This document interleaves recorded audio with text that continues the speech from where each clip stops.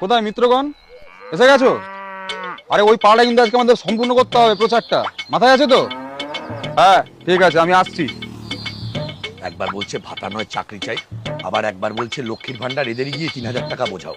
যত জ্বালা। দিল্লির নেতাদের আর কি, ভোটের পর মাত্র সেই আমাদেরই খেতে হবে। এই অনেক হয়ে গেছে, চলো প্রচারে যেতে হবে। আমাদের ওই পাড়াটা কিন্তু কমপ্লিট করতে হবে। হ্যাঁ, আর স্লোগানটা মনে আছে তো? হ্যাঁ, পাল্টানো দরকার বিজেপি সরকার। চাইটাকে বলছে।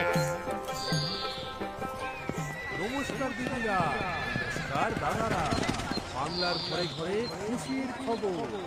মাননীয় মুখ্যমন্ত্রী মমতা বন্দ্যোপাধ্যায়ের হাত ধরে বাংলা এবার আরো স্বনির্ভর। উন্নয়নের পাশাপাশি কিন্তু প্রকল্পে বাড়ানো হলো আরো 500 টাকা। এখন থেকে নমস্কার দিদিরা, আপনারা সবাই ভালো আছেন তো? নমস্কার, হ্যাঁ ভালো আছি, বলুন। বলছি এবার কিন্তু পাল্টাতে হবে। হ্যাঁ, আর পাল্টালেই অ্যাকাউন্টে 3,000। হ্যাঁ দিদি, প্রতি মাসে 3,000 টাকা করে পাবেন, এটা মোদিজির গ্যারান্টি। তুই বলবি না আমি বলবো? আমি কি বলবো, তুই বল। বলুন না দিদিরা, শুনি আপনাদের মন কি বাত। দিল্লিতে আপনারা বলেছিলেন 2,500 টাকা করে দেবেন, কোথায় গেল? 1 বছর তো পেরিয়ে গেল, 2,500 টাকা। সে কি?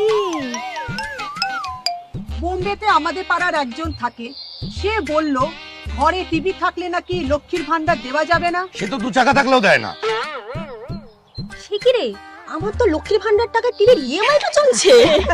তুই এক কাজ কর, বেচে দে, নইলে 3,000 টাকা পাবি না যে। আরে এটা একটু হালকা মিস্টেক হয়ে গেছিল, পশ্চিমবঙ্গে কোনো মিস্টেক হবে না, রামের দিব্যি। ও দাদা শুনুন না, বিহারে 10,000 টাকা করে ভোটের আগে দেওয়া হলো, ভোট যেই চলে গেল নিয়েও নিল। এখানে বছরে 18,000 টাকা করে আমরা পাই, 1 মাসও মিস হয় না, এটা দিদির গ্যারান্টি।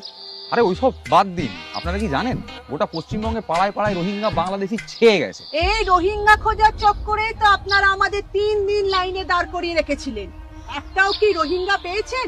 আবার আমাদের গ্রামে ঢুকেছেন রোহিঙ্গা দেখাতে। কোথায় রে, ছাড়ুটা নিয়ে আয় তো।